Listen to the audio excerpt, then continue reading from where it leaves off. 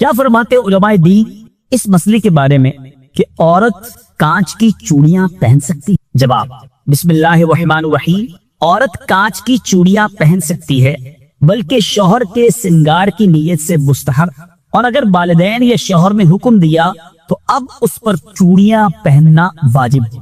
سیدی اعلیٰ حضرت امام احمد رضا خان علیہ رحمت الرحمان سے سوال ہوا، چوڑیاں کانچ کی عورتوں کو جائز ہیں پہننا یا ناجائز ہے؟ تو آپ نے جواب ارشاد فرمایا جائز ہیں، بلکہ شوہر کے لیے سنگار کی نیت سے مستحب، وَإِنَّمَا الْأَعْمَالُ بِالنِّيَّاتِ، یعنی اعمال کا دار و مدار نیتوں پر ہے، بلکہ شوہر یا ماں باپ کا حکم ہو تو واجب، کیونکہ والدین کی نافرمانی حرام ہونے اور میاں بیوی کے آپس کے امور میں شوہر کی اطاعت واجب ہونے کی وجہ سے۔ واللہ عالم ورسولہ عالم۔ درود پاک کی بے شمار و برکات ہیں۔ جناب صادق و امین صلی اللہ تعالی علیہ وسلم کا فرمان دل نشین ہے کہ جس نے مجھ پر ایک بار درود پاک پڑھا، اللہ عز و جل اس پر 10 رحمتیں نازل فرماتا ہے، اور جو مجھ پر 10 مرتبہ درود پاک پڑھے، اللہ عز و جل اس پر 100 رحمتیں نازل فرماتا ہے۔ اور آقا فرماتے جو مجھ پر 100 مرتبہ درود پاک پڑھے، اللہ عز و جل اس کی دونوں آنکھوں کے درمیان لکھ دیتا ہے کہ یہ نفاق اور جہنم کی آگ سے آزاد ہے، اور اسے بروز قیامت شہداء کے ساتھ رکھے گا۔ 100 بار درود پاک پڑھنے میں کتنا وقت لگتا ہے، مگر انعام کتنا بڑا ہے کہ دونوں آنکھوں کے درمیان لکھ دیا جاتا ہے کہ یہ نفاق اور جہنم کی آگ سے آزاد ہے، اور بروز قیامت اسے شہداء کے ساتھ رکھا جائے۔ اللہ کریم ہم سب کو کثرت کے ساتھ درود پاک پڑھنے کی توفیق عطا فرمائے۔ آئیے مل کر محبت کے ساتھ باواز بلند درود پاک پڑھ لیں۔ صلو علی الحبیب صلی اللہ تعالی علی محمد صلی اللہ علیہ وسلم۔ ایک بڑا ہی عظیم و شان اسلام کی تاریخ کا بڑا عجیب و غریب واقعہ پہلے میں آپ کو سناتا ہوں۔ جب ابتدائے اسلام تھا، خلفائے راشدین کا دور ہے، حضرت عمرو بن عاص رضی اللہ تعالیٰ عنہ نے جب مصر فتح ہوا تو ایک روز اہل مصر نے حضرت عمرو بن عاص رضی اللہ تعالیٰ سے عرض کی کہ حضور ہمارے یہاں دریائے نیل ہے، اور ایک ہماری بہت پرانی رسم ہے کہ جب تک اس کو ادا نہ کیا جائے تو دریا جاری نہیں رہتا ہے، دریا سوکھ جائے۔ انہوں نے کہا کہ کون سی رسم ہے؟ تو کہا کہ ہر سال ایک کماری لڑکی کو اس کے والدین سے لے کر بڑا عمدہ لباس اسے پہناتے ہیں، بڑا تیار کرتے ہیں، زیورات پہناتے ہیں، اور پھر اس کو دریائے نیل میں ڈال دیتے ہیں، یعنی اس کو پانی میں ڈبو دیتے ہیں۔ حضرت عمرو بن عاص نے کہا کہ یہ کیسی رسم ہے، اسلام میں تو ایسا ہرگز نہیں ہو سکتا، کیونکہ اب اسلام آ چکا تھا اور مصر فتح ہو چکا تھا، مسلمانوں کے اب احکامات جاری تھے۔ تو آپ نے فرمایا کہ یہ اسلام تو پرانی اور واہیات رسموں کو مٹاتا ہے، جو پرانی واہیات رسمیں۔ تو لوگوں نے کہا کہ اگر آپ نے ایسا کیا تو دریا کی روانی کم ہو جائے گی۔ آپ نے کہا نہیں ہو سکتا۔ اب ایسا ہی ہوا کہ دریا کی روانی کم ہوتی گئی۔ اب لوگوں نے سوچا کہ اب پانی کم ہو جائے گا تو زندگی مشکل ہو جائے گی، تو ان لوگوں نے وہاں سے کچھ کرنے کا ارادہ شروع کیا۔ حضرت عمرو بن عاص نے اب امیر المومنین حضرت عمر فاروق رضی اللہ تعالیٰ عنہ کو خط لکھا اور عرض کی حضور ایسا ایسا معاملہ ہے، اور لوگ ایسی بری رسم چلاتے تھے، میں نے وہ رسم سے منع کر دیا کہ اسلام ان رسموں کی اجازت نہیں دیتا، مگر حضور اب تو پانی بھی کم ہونے لگ گیا۔ اللہ اکبر۔ حضرت عمر بن خطاب رضی اللہ تعالیٰ کی شان دیکھیں، امیر المومنین نے ایک خط لکھا اور کہا کہ یہ رکا جو ہے دریائے نیل میں ڈال دینا۔ آپ نے ایک خط لکھ کر بھیجا کہ یہ رکا جو ہے دریائے نیل میں ڈال دینا ہے۔ حضرت عمر بن عاص کو جب وہ رکا پہنچا، وہ لیٹر پہنچا، تو آپ نے اس لیٹر میں کیا دیکھا کہ لیٹر میں لکھا تھا، اے دریائے نیل، اگر تو خود جاری ہوتا ہے تو نہ جاری ہو، اور اللہ کے حکم سے جاری ہوتا ہے تو میں واحد قہار عز و جل سے عرض گزار ہوں کہ تجھے جاری فرما۔ حضرت عمر بن عاص نے وہ رکا جو ہے دریائے نیل میں ڈالا۔ اللہ اکبر۔ ایک رات میں دریا کا پانی 16 گز بڑھ گیا، اور وہ دن ہے، آج کا دن ہے، دریائے نیل کبھی سوکھا نہیں ہے۔ مصر سے وہ رسد ہی ختم ہو گئی، اور سبحان اللہ دریائے نیل جاری و ساری ہے۔ اللہ اکبر۔ اس ایک واقعے میں بہت کچھ ہے سیکھنے کو۔ پہلی بات تو کیا سیکھنے کو ملی کہ چاہے تو اشاروں سے کایا ہی پلٹ دے دنیا کی، چاہے کو اشاروں سے اپنے کایا ہی پلٹ دے دنیا کی، یہ شان ہے ان کے غلاموں کی، سرکار کا عالم۔ حضرت عمر کی شان دیکھیں، حضرت عمر کے واقعات اگر پڑھیں نا، جو لوگ کرامات کے منکر ہیں یا جو لوگ اولیاء کرام کی جناب کمالات کو نہیں سمجھ پاتے، صرف حضرت عمر کی سیرت کو پڑھ لیں۔ حدیث کی کتابوں میں مضبوط روایتوں میں یہ واقعات موجود۔ ایک بار حضرت عمر کے دور میں زلزلہ آیا، تھوڑے عرصے پہلے بھی کئی ملکوں میں زلزلہ آیا، بڑی تباہی آئی۔ لوگ کہتے ہیں ارتھ کوئک آ جائے تو رکتا نہیں ہے۔ ایک تو شان مصطفیٰ ہے کہ نبی پاک نے احد پہاڑ پر ٹھوکر لگا کر فرمایا تھا، اے احد رک جا، تجھ پر ایک نبی، ایک صدیق اور 2 شہید موجود ہیں۔ آقا نے ٹھوکر لگا کر زلزلہ روکا تھا۔ ایک بار حضرت عمر کے دور میں زلزلہ آیا تھا اور حضرت عمر نے کوڑا نکال کر، درہ نکال کر زمین پر مار کر فرمایا، اے زمین رک جا کہ عمر تجھ پر عدل نہیں کرتا، اور زمین ساکت ہو گئی۔ اللہ اکبر۔ حضرت عمر رکا لکھتے ہیں دریائے نیل کے نام، اور پھر دریائے نیل جاری ہو جاتا ہے۔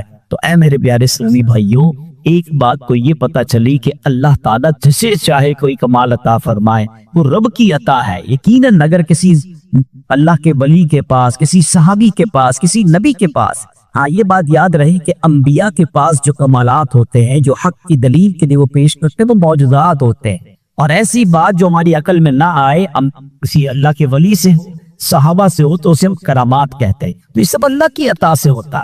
بہرحال ایک تو یہ پتہ چلی۔ دوسری بات کیا پتہ چلی کہ اسلام جو ہے وہ کیسی کیسی واہیات رسمیں تھی جس کو ختم اسلام نے کی، اور عورتوں کا کیسا گھٹیا اور کیسا جس کو آپ کہیں کہ واہیات استعمال تھا کہ جوان لڑکی کو ہر سال تیار کر کے دریائے نیل میں ڈال دیا جاتا تھا، غرق کیا جاتا تھا۔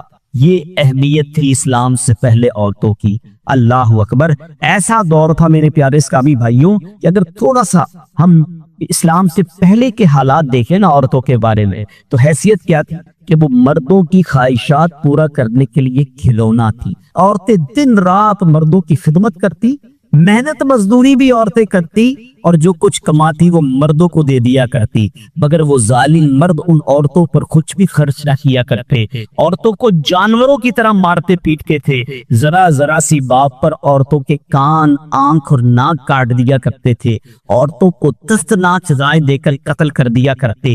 باپ کے مرنے کے بعد آپ دیکھیں کیا تھا اسلام سے پہلے، کہ باپ کے مرنے کے بعد جس طرح اس کے لڑکے جائیداد کے مالک ہو جاتے تھے، اس طرح اپنے باپ کی بیوی یعنی اپنی ماں کے بھی مالک ہو جاتے تھے۔ معاذ اللہ، اپنی ماں کو لونڈی بنا کر رکھتے تھے۔ اللہ اکبر۔ عورتوں کو ان کے ماں باپ، بھائی بہن، شوہر کی میراث میں کوئی حصہ نہیں ملتا تھا۔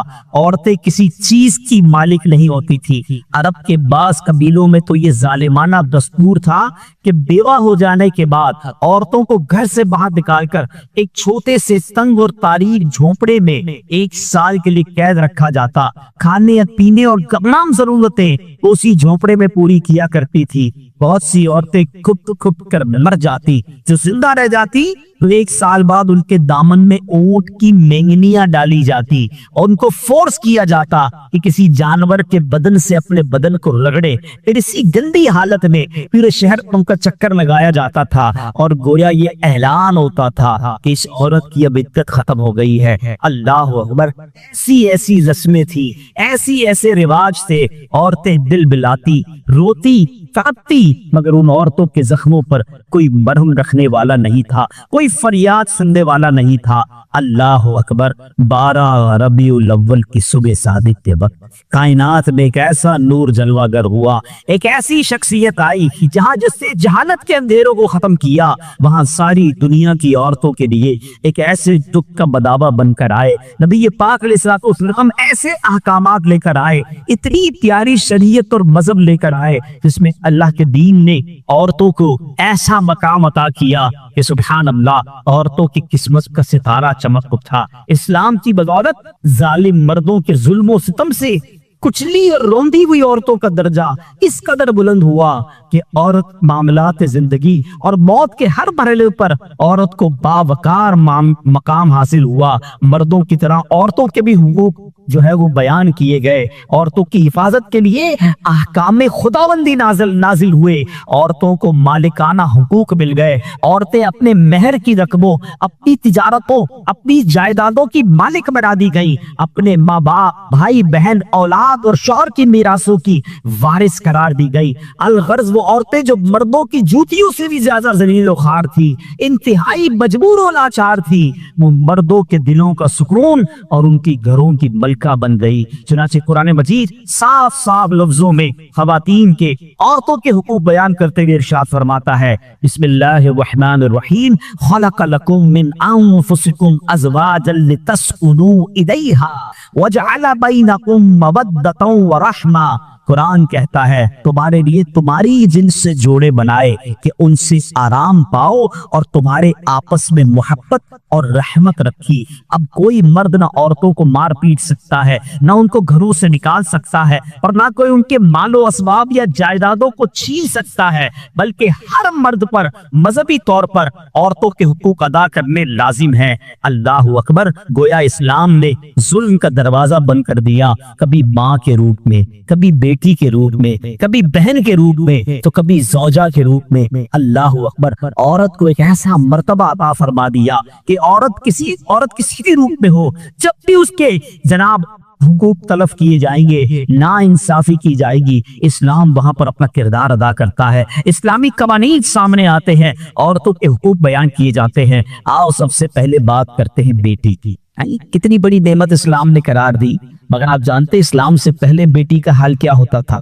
اللہ اکبر! بیٹی کی پیدائش کو شرمندگی سمجھا جاتا تھا۔ کسی کے یہاں بیٹی پیدا ہو جائے وہ لوگوں کے سامنے آتا نہیں تھا، کئی مہینے تک چہرہ ہی نہیں دکھاتا تھا، یعنی وہ سمجھتا تھا کہ میری بہت بڑی ذلت ہو گئی ہے کہ میرے یہاں بیٹی ہو گئی۔ اللہ اکبر! بیٹیوں کو زندہ درگور کیا جاتا تھا، بیٹی کو بھی مار دیا جاتا اور بیٹی کی وجہ سے اس کی ماں کو مار دیا جاتا تھا۔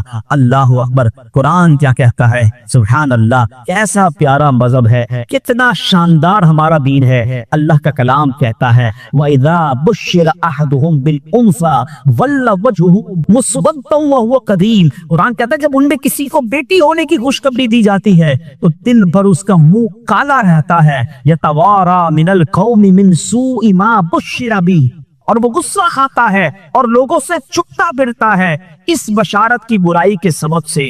اللہ اکبر! اَيُمْسِكُهُ عَلَىٰ هُونٍ أَمْ يَدُسُّهُ فِي التُّرَابِ، کیا اسے ذلت کے ساتھ رکھے گا یا اسے مٹی پہ دما دے گا؟ الا ساء ما يحكمون، ارے بہت ہی برا حکم لگاتے ہیں۔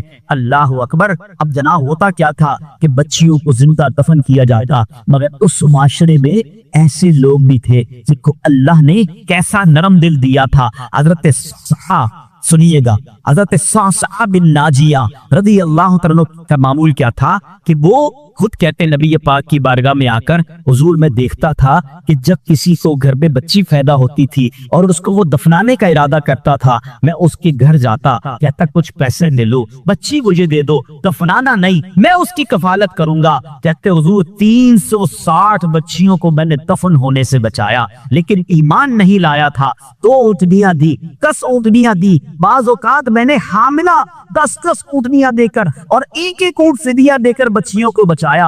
حضور کیا میرے اس زمانے کا وہ عمل مجھے کوئی اجر دے گا؟ ایمان تو نہیں لایا تھا مگر یہ نیکی کر کے آیا ہوں۔ اللہ کے حبیب نے کتنا پیارا جواب دیا، فرمایا اجر تو تمہیں مل گیا نا، تم ایمان لے آئے، دیکھو اس نیکی کے سبب تمہیں اسلام مل گیا۔ اور سنو، ہم تو یہ کہیں گے صرف اسلام نہیں ملا بلکہ وہ تو صحابی بھی بن گئے، اللہ کے نبی کے طور پہ ایمان دے آئے نا، پیارے آقا کی صحبت اختیار کر لی تو اللہ نے ایمان بھی دیا، صحابی بھی بنا دیا۔ لیکن میرے پیارے اسلامی بھائیوں، ایسا حال تھا کہ بچیوں کو پھینک دیا جاتا تھا۔ اب یہاں میں تھوڑی سی بات آج کے دور کی بھی کرنا چاہوں، ہم انشاءاللہ قرآنی احکام عورتوں کے بارے میں بھی سنیں گے اور ساتھ ساتھ اپنی تربیت بھی کرتے جائیں۔ ہم میں سے بہت سارے بیٹیوں والے ہوں گے، مگر کیا یہ خبریں نہیں آتی کہ بچی کی پیدائش کی وجہ سے ماں کو برا بلا کہا جاتا ہے، گھروں میں جھگڑے ہیں، معاذ اللہ۔ اب بھی یہ خبریں آتی ہیں کہ بچی پیدا ہوئی تو کچرا کنڈی پر پھینک دی گئی،